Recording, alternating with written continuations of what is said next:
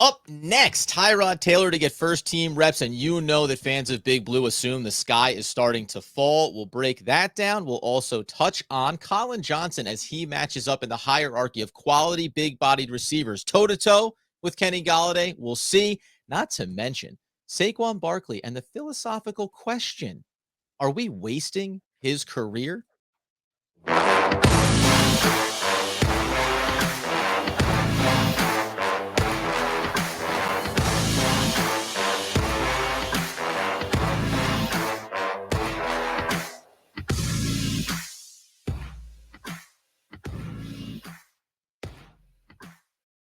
Yes, sir. It's OGP, the One Giant Podcast, where, of course, we are your hosts over here. It's Adam Armbrecht breaking down the Brooklyn Nets and the Locked On Nets podcast with my boy Doug Norrie. And yonder there is Mr. Andrew Makowitz, the healthy, wealthy, and wise seasoned generational ticket holder for the New York Football Giants. How are we, sir? I'll take a breath now. I'm doing it right. I'm a little frustrated. Adam, I just found out that the Red Hot Chili Peppers are playing at MetLife tonight. Had I known a little bit earlier in advance, I could have lined up the babysitter, gone out, had a couple cocktails, listened to Under the Bridge. It would have been a great Wednesday, but here I sit instead. Nope, not going. First off, those dudes being 60-ish, like Flea is still fit as a fiddle, and the dude still wails and twirls with that bass like none other. Crushing and also, if you still want to simulate that good time, take your iPhone. I was going to also say take your iPod, but take your iPhone, dial up Under the Bridge, and just go physically sit under a bridge nearby. Maybe brown bag it and just kind of have an emotional time for yourself. It could all still work out, I think. That's some dark times. You're going early Anthony Kiedis right there. Like, I don't know if I need to go where he was when he wrote that song. Live the experience. Live in a van down by the river is what you're saying. Right. I got it. Yes. Yeah. Chris Farley, this thing. The bottom line is, friends, as we work our way towards the preseason game number 2, Cincinnati Bengals are on tap. We know that we're continuing the evaluation process. We talked about some of the cuts yesterday. We're less than 2 weeks away from getting down to the 53-man roster.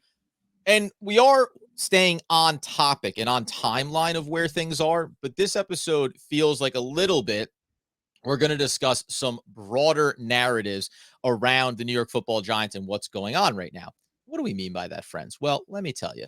What we're talking about at this point is going to be first and foremost number 1 reps for one Tyrod Taylor. Andrew, I know that you're a big fan of Tyrod Taylor, and you'd prefer that he had been signed to a 3, 4, maybe even 10-year contract for the New York Football Giants.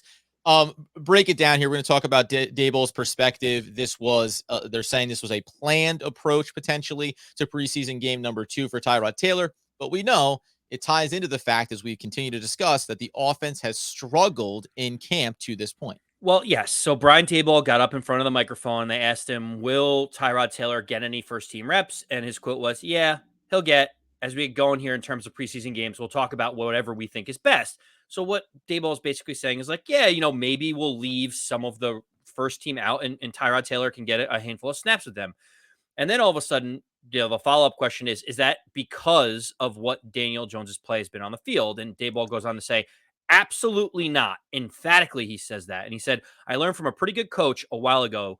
Usually you don't tell these guys when to throw them in because that's what a backup job's role is. You have to go in a split second and as prepare as if you're the starter. And he basically goes on to say on the fly, it's the best way for them to do it, which I don't disagree with. But what is apparently on Twitter, the sky is falling after this quote. What is your initial reaction to what Daboll said? I'll start with the second part of that first, which is Tyrod Taylor is there to be a legitimate backup. And as we know, Daniel Jones has had injury concerns over the start of his career. And you do want him to have familiarity, especially when you think about the number 1s right now for the Giants. Wan'Dale Robinson, rookie.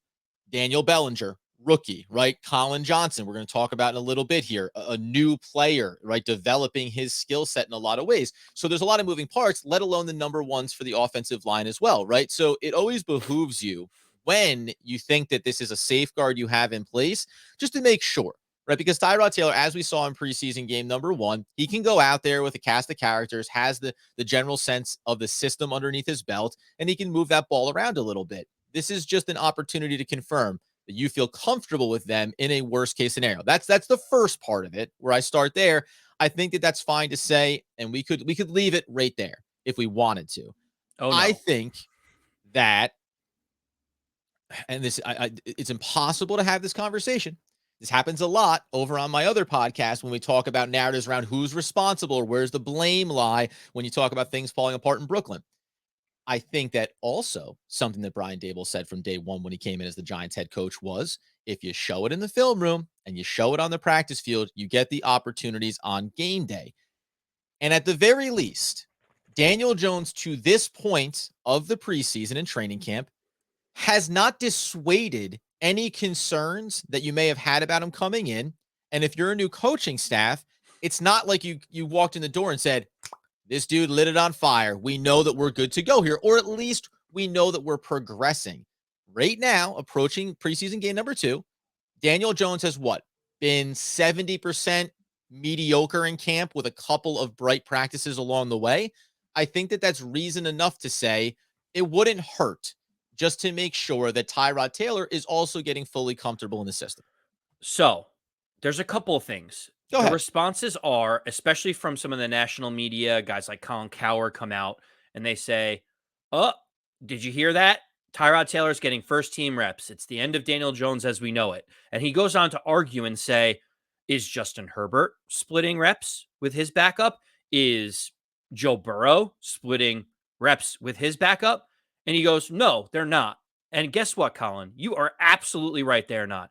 But Daniel Jones is not Justin Herbert and he's not Joe Burrow. I think the easy answer to start out with all this is to say Daniel Jones has not done enough in the NFL yet to warrant unequivocal first team reps. He's the bona fide starter no matter what. And that's okay. piece So of it. yeah, let's pause right there then, because this is one of the first times that when we have these conversations, like you just acknowledged it. Daniel Jones has not proven that he unequivocally should be the starter of an NFL football team. And I always say, now again, Tyrod Taylor is the backup that we have right now. Best backup we've ever had in recent memory, but he's Tyrod Taylor. I'm not elevating Tyrod Taylor to whatever level, but also if we all agree that Daniel Jones has not done enough where he unequivocally should not be sharing first team reps, then you also, like, it's not a hard path to follow to get to the place where you go. And that's why it's not a lock that this is automatically his season, automatically his team, automatically he gets every opportunity to be successful inside of this system. There has to be some percentage chance that if he continues to struggle and if Tyrod Taylor continues to look like a veteran quarterback, it does at least start to put the tea leaves out there that Tyrod Taylor could be playing starting for the New York Football Giants at some point this season, and it may not be solely about injury for Daniel Jones. It can come down to performance. I agree 100% with everything that you just said. We are Episode both over. On the same page. Podcast over. Shut Nice. it down. It's We're tight, good to tight go. episode, yeah. But the idea, Adam, is unless there's an injury, there is a 0% chance that week 1 against the Tennessee Titans that Tyrod Taylor is starting out there. Like, we can both agree on that. It doesn't matter how poor his performance is in preseason. Yes, I think the goal here is to right? This is to allow. This is Daniel Jones will be afforded every opportunity to lose the job. I mean, I don't mean that as I think it's going to happen, but that's, you go out there, you don't look so good. Okay, week number 2, you still look a little shaky. Week number 3, nothing really turns the corner. Okay, like here we are now, right? Yes. And this need not be the referendum about what we think is going to happen, but any Giants fan that legitimately is saying there's no way that one, Tyrod Taylor could ever start this year without injury, or that if he sees the field, it's not until week 10 at early. No. Daniel Jones has to show the growth. He has to show, and that bar is a sliding scale based on a new system and everything else. However, there are benchmarks here for Daniel Jones. Joe Shane and Brian Daboll do not have a loyalty to this player. I'm sure they prefer that he be successful, but again, in their back of their mind, and I don't want to go too global here, they're comping what he does right now to every prospect that's coming out. We know how the NFL works. The NFL, the Giants scouting department is preparing for next year's draft right now, and the quarterback class is a huge part of that. Adam, the simple answer is this. If the Giants start 1-5 and Daniel Jones has not looked good, how could you not ask the question to put in a capable backup and see if you could right the ship and even be a 500 team? The simple thing that I will say is this. Everyone that is already written Daniel Jones off and that wants Tyrod Taylor to start is the group that I have an issue with. Because if you start Tyrod Taylor, let's not forget, it has been 5 years since Tyrod Taylor has had a QBR that is average in the NFL, which is a 50. Daniel Jones is 1 year removed from having an above average QBR. And so what I'm saying is, we know what Tyrod Taylor is. He is a very competent backup, and this is not to slight him at all. The Right. idea is, if Daniel Jones can ever unlock the potential of what Daniel Jones can be, it has the ability to be a playoff team. I think with Tyrod Taylor, our ceiling is what? 7, maybe 8 games. I think if Daniel Jones unlocks it, it's 10 or 11 games. And that's why you have to give Daniel Jones the opportunity to see if it's there, because if it's not, the Giants aren't going to make the playoffs anyway. Yeah, and maybe that is the way the case we look at it. We got bold there with 11. Just 11. You said 10. The 11. Yeah, but I'm why just not? trying to show the disparity between the two. Like, and by the way, and whatever that margin is, and we said this before, right? Tyrod Taylor, if you're on YouTube, his floor and ceiling are tighter together, but his floor is much higher than Daniel yes, Jones. Daniel Jones' theoretical ceiling is way up there somewhere, we think, but also the floor could be the absolute bottom of the dog pile. By the way, just quickly, not even quickly, before we move on to some other conversations, Daniel Jones, here's what I also think is fascinating about this, and something that I think Giants fans should be comfortable with. And we've had because we have a really wide demographic that listens to the podcast, that follows us on YouTube, and fans that go back to Phil Simms days, and not even just go back to being alive when Phil Simms was playing. They were old enough to really be watching it and see how quarterbacks struggle and they take time to develop. And I understand and appreciate that. But one thing I think is important to remember, Daniel Jones came out with a prospect grade, of 6.30. That's regarded as will eventually be a plus starter in the league. So you can take that and say, eventually he will be. And maybe with all the circumstances we've seen, that's why it's taking longer to get to that point. It's also worth reminding that you're only one step away from maybe saying being a good backup with potential to develop into a starter is a 6.19, right? So you're marginally ahead of saying you think that you can get there.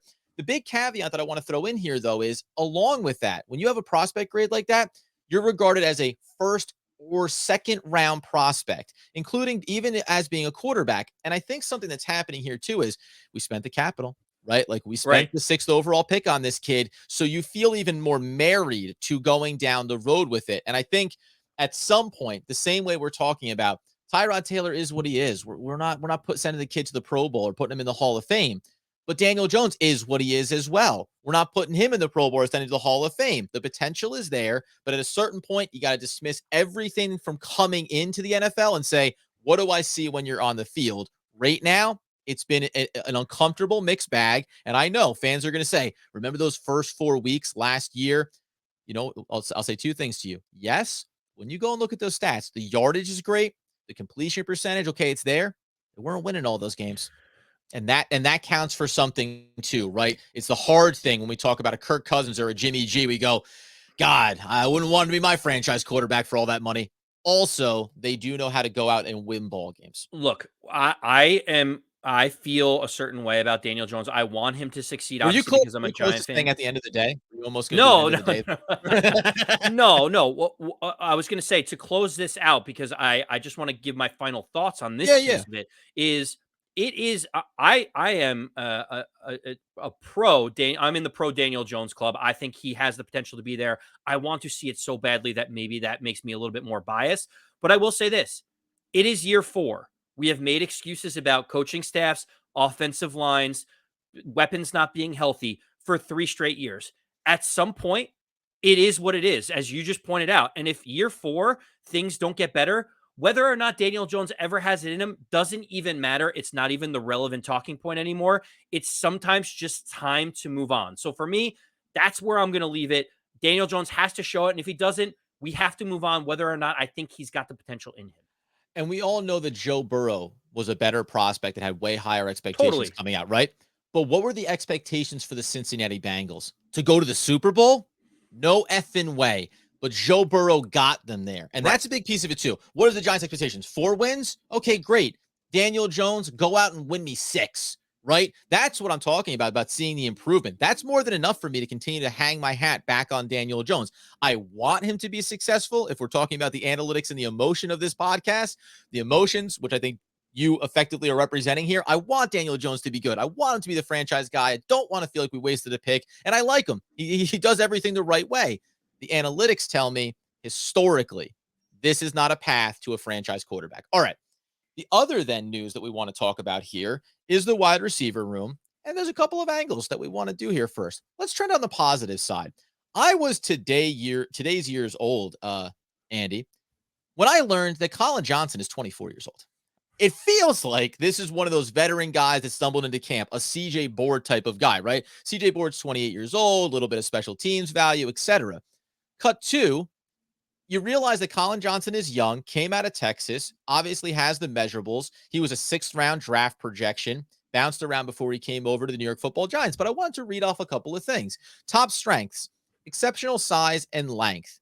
Father was a 10-year NFL veteran. That's kind of a footnote, but uses his hands to dismiss press jabs and understands route leverage and how to create it. Okay, let's just leave it there. Physical player. Weaknesses, leggy in the release, can be mirrored and shadowed by press. Gawky short area movements and underneath routes, very little hip sink into breaks, and not elusive after the catch, and also lacks separation. You see it if you're watching on YouTube.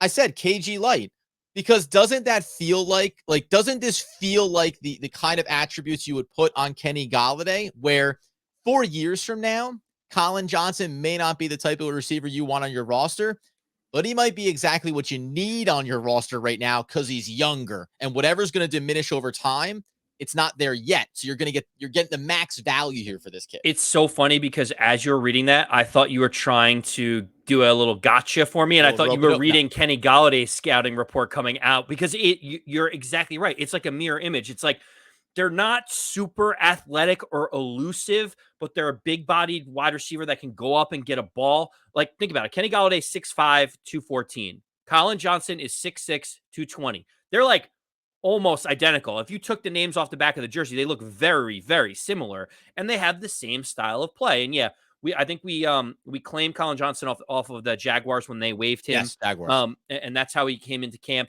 He's still very, very young coming out of Texas. Like, we talked about a while ago, you saying, well, maybe Darius Slayton is the backup for Kenny Golladay. He could be that, big bodied wide receiver. Maybe that's the route. Collin Johnson only ran like a 4.55, almost a 4.6. He is not a burner. He is so similar to Kenny Golladay.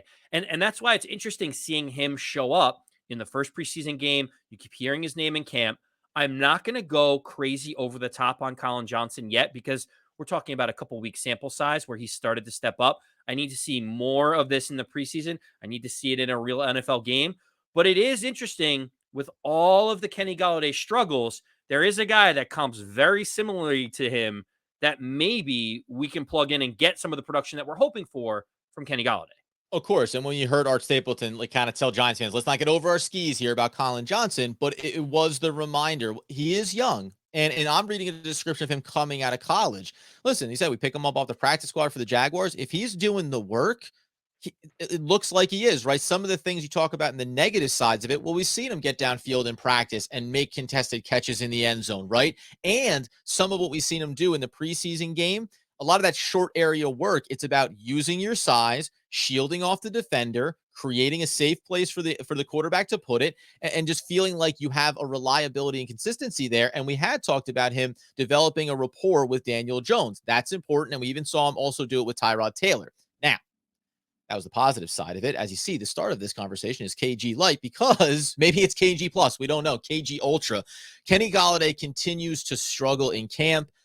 I know this is not a told you so moment, but we've had this conversation on what Kenny Golladay needs to be in order for this team to be successful. I didn't want you to put your eggs in that basket, because I didn't think it was going to necessarily be the case. Now we're getting a lot of interviews. I have a very clear thought about what is happening right now around Kenny Golladay, but we can hit a few of these different quotes here when they're asking him after practices, how are we feeling? How's it looking? Preseason game drops, practice drops, etc. where, where are we in the Kenny? What is the now becoming, I think, the Kenny Golladay kind of saga here over the Ye- course of training camp? Yeah, it was interesting because it felt like very candid conversation from Kenny Golladay, where they kind of asked him how he's feeling, what's going on, leading the witness, knowing that he's been struggling. And he said, Giant fans, quote unquote, haven't seen the real KG yet. And I Right. think that's a very true statement that we have not seen anywhere near the guy that was catching, double digit touchdowns in Detroit. And, Jordan Renan put out a tweet that basically said, while they haven't seen the real KG yet, he added that he has, quote unquote, a lot to prove and doesn't worry about outside noise because he is his own harshest critic. And Adam, when you hear that, you're like, okay, he's saying the right things. Like, I put the pressure on myself. I'm not worried about what the fans are saying. They haven't seen me perform at a high level. All of those things are good. And yet it kind of still leaves me being like, yes, but we still need to see something on the field, right? Like, that is the only way that you turn this narrative around. It's not about talking about, like, I know I'm underperforming or I haven't done it. It's about showing it out on the field, right? Yeah, and so I'm going to hit a couple of quotes here from him, and then I want to contextualize this in a way that I think is going to be damning potentially for how things unfold here.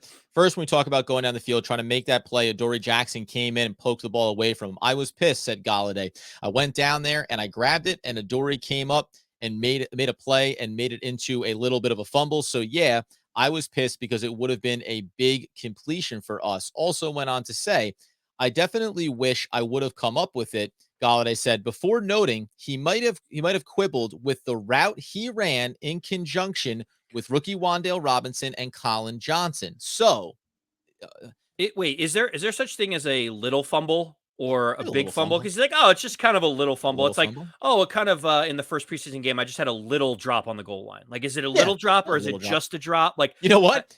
You know what? A fumble is probably not drops. Little drop on your own 35. That is a little drop. Little drop going into the end zone for 6. That's a big drop, right? yeah, Little, and by the way, fumbles. Guess what? They're all the same. right. Fumble it on your own 15. Fumble it on their 15. It's all Big terrible. fumble, big Big fumble, fumble. big fumble. So I don't know So if there's such a thing as a little fumble, but go on. no, and so here's my problem. Not my problem. Here's my observation. You have competing ideologies here now. Kenny Golladay knows he's underperformed. He wants to be better. If you ask Kenny Golladay right now, take it for what it's worth, who do you want to be throwing you the ball? He wants Tyrod Taylor throwing him the ball for the simple reason that Tyrod Taylor in this moment would probably give him the best chance to look good. Not about winning games, not about team, not about being productive. Best chance for Kenny Golladay to look like he can still be a high level wide receiver because he's still dreaming on getting released after this season and going and getting another sizable contract. When you hear him quibbling about route combinations, the legitimate side of that is Wan'Dale Robinson, a rookie. Collin Johnson, we just said, young player, developing. So there can be frustrations here for a veteran wide receiver that essentially is a surrounded, even with Kadarius Toney, who's electric, but he's a second-year wide receiver and hasn't been out there consistently. Daniel Bellinger is a rookie tight end, right? You're surrounded by youth.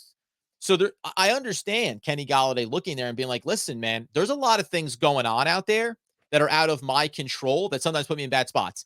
Here's the problem is that you're dropping the passes, right? Like the ball got there and you didn't make the completion. The ball got to your hands and you allowed Adoree Jackson to come away with it. My concern right now is, and this is the way it happens, man, blood in the water. The media is descending on Kenny Golladay and beating him from every angle about how he's struggling. He knows he has to do better, but at some point, man, it's a $21 million on paper receiver. You think he wants to sit around all camp long getting his butt kicked verbally and otherwise? You're getting really close to a player that's going to start to check out potentially. And I don't think this has been a part of Kenny Galladay's personality, but you get into those games and the ball doesn't go your way, a couple of drops regular season, etc.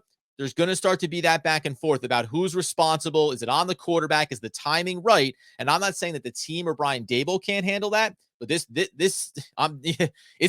could deteriorate very quickly here, and you have to be prepared for that if you're the Giants. The biggest issue, Adam, is that it has the potential to, as you mentioned, to get much worse. And I think it may get worse Yeah, because not only of what you just mentioned, but also the scheme that the Giants are running is not conducive to Kenny Galladay's skill set. It is yeah. not. This is going away from that big-bodied, slow-moving target. Yep. You think about what is Stephon Diggs really good at? He is an amazing route runner. He knows how to get down the field, amazing speed, good out of the break, runs great routes. You look at a guy like Tyreek Hill. Why was he successful in Mike Kafka's offense? Obviously, he's a speed burner. He gets out there. The way the Giants have been working in the preseason, Adam, has been all short, quick routes, get the ball in playmakers' hands, make moves, move the chains that way. It's not hold the ball, let a guy get completely vertical, go throw up a 50-50 ball and make a catch. And so the problem is, if Kenny Galladay's best skill set is high pointing deep balls because he can't get separation, but the offense is predicated on getting separation quickly and getting the ball in their hands, you're never going to realize his skill set. So it's almost, they signed him, the previous regime put $21 million on him, but he doesn't fit what the Giants are trying to do, regardless of what his age is. Last note here, you put emphasis on everything, Dable said. Practice, ultimately, it's the games when you get into live action, but everything right now is a competition. So the people that are doing the best, and again, your best might be a little different than my best. He's improving, but all those guys are going to compete. We're talking about a scenario where, and here's the last footnote, because I don't want to get into the Saquon Barkley piece to close things out. The worst case scenario is also unfolding in the sense of, I think you're right. Maybe you don't fit our system and where we're going long term. We're also not putting any worthwhile tape out there for another team to say, okay, he's not a $21 million guy, but he could be worth X in our system. He could work for us. Right now, it looks like he's a shell of himself as opposed to not being a schematic fit for the New York Football Giants. Again, with both these narratives from the top, Daniel Jones, Kenny Golladay, anybody. Another preseason game, another opportunity to start to turn the narrative, another couple of weeks here, but a couple of weeks, right? At some point, the sample size becomes the truth, not the potential. I want to get into here to close this out because I really do think that this is an interesting one as well. Saquon Barkley. So we talked about this. Go back to last year. I said if you get him on the field and you can trade him away, you should do it. That's the previous regime. They're not going to. I said ahead of the draft, if you can do it, okay. But ultimately, we realized showcasing the talent is maybe the best way to get value if you're going to trade him. But I even said last episode, boy, if Daniel Jones doesn't work out and you bring in a rookie, Saquon Barkley is obviously the kind of elite talent at running back that you would want to have supporting a young QB. And yet, for a guy who's had his injuries, so it's not like it's just solely on the team itself. But when you go back and look at, a guy that gave you 1,300 yards rushing in his rookie year, over 2,000 all-purpose, that gave you 1,000 rushing yards and almost 450 receiving yards, and that came back even last year and gave you almost 1,000 total yards from the line of scrimmage, only played in 13 games, first season back from the injury, obviously. We talk so much about what's happening with Daniel Jones. Let's be real. I think that we could be dangerously close to walking into another season where Saquon Barkley is far closer to his rookie year than last year. And it doesn't effing matter because the team still doesn't have its quarterback, right? They still don't have these other boxes checked. And that's not the fault of Joe Shane or this coaching staff, but it's just a reality. I know that Barkley got hurt, but we're going to talk about looking back potentially after the 2022 season, saying you essentially had him for 4 out of 5 years, fully healthy, mostly healthy last year, and it never mattered. It's just a wasted talent. And if I'm Saquon Barkley and I look good coming out the gates, man, I don't know if I'm not quietly behind the scenes saying, man, unless we're talking about the big payday and you want me to be the face of this franchise, I also want to win games, right? I also want to be a guy that gets to playoff football, something that he has not had an opportunity to do with the New York Giants. So it's a very interesting question because we talk about should he stay, should he go from a Giants standpoint. But when you talk about Saquon Barkley, the from player himself, what does he want? Now, it's an interesting thought because it is wasted talent if he's wasting away with all this electric potential on a team that's winning 5 or 6 games every year. Maybe he does want to go play for a contender. And that makes me think of guys like Barry Sanders, very similar where he played his whole year in Detroit and he was electric. But what did it do for Detroit? They couldn't win games. And eventually he was like, that's it. I'm out of here. I can't put this pounding on my body when we're winning 6 games every year. Now, what I will say about Saquon is he feels to me, obviously a guy from the Bronx who went to Penn State, who got drafted by the New York Giants. it feels like he cares more about legacy with one organization than he does necessarily about bouncing to the Broncos and winning some games or bouncing to, the Chargers for a little bit. Like, to me, it seems like he would say, I want to be here so that when we turn this around, everyone looks at me and says, I played for one team. I was good. I was with the good and the bad, and I was part of the solution to get this back on track. And he gets his jersey retired in the Ring of Honor. Like, I see him wanting that more than saying, send me to the Miami Dolphins so that I could go play for the Dolphins for 2 seasons and try to make the playoffs. Speaking of Ring of Honor, we'll talk about that tomorrow. Some guys going in for the New York Football Giants this season, including a running back of the past. I agree with you with this caveat. When this season ends, Saquon Barkley's career earnings off of his rookie contract, it's going to be a total of what? 38 million $38 million on the cap number, right? In total. And guess what, guys? That's a lot of cheddar. That's a lot of quiche, as they like to say, right? However, yeah, my legacy matters as long as the check is right. Because if he has a year that other teams look at and go, you know what? We could throw, and maybe it's shorter term contract, but bigger dollars. That's what's going to play a big factor here. Because if Saquon was already on, say, his second contract, I think that things would look a little bit different, and then you can ride it out at that point. So it's just interesting to me. And by the way, if we're having this conversation, and we're, to steal Andrew's thunder a little bit, at the end of the day, thinking about what this season is going to mean for so many of these players, it's about wasted potential, right? Saquon's shown it to a far greater extent than Daniel Jones has, but the Giants have wasted it, injuries or otherwise. Daniel Jones, first round pick, maybe shouldn't have gone that high, but wasted talent and opportunity. How far are we away from talking about some other players on this roster? Xavier McKinney, wasting the youth of his career because the team isn't ready yet. Leonard Williams, a veteran experienced player, already wasted several years in Big Blue after wasting time with the New York Jets. This is a narrative that I really want this organization and this coaching staff to be able to buck the trend on. And it need not be everybody, and maybe not all the highest profile names on this roster, but you want to feel like we're going to maximize Wan'Dale Robinson and Daniel Bellinger and Evan Neal and Andrew Thomas, right? We want to be able to say that these guys are not only going to be successful individually, but they're going to help the Giants be successful over the next handful of seasons. That's what matters most, I think, to Giants fans. Yeah, and at the end of the day, Adam, it's simple. There's these rookie classes that we draft that don't see success, and imagine we go 7 years, 8 years without making the playoffs or even like having the show of promise. There's going to be a whole generation or iteration of Giants that have come through and don't understand how good it was in the late 80s, early 90s, and 2000s when the Giants were winning Super Bowls, and that's Yeah. disappointing to me. That like their legacy will Winning be Super Bowl's competitive.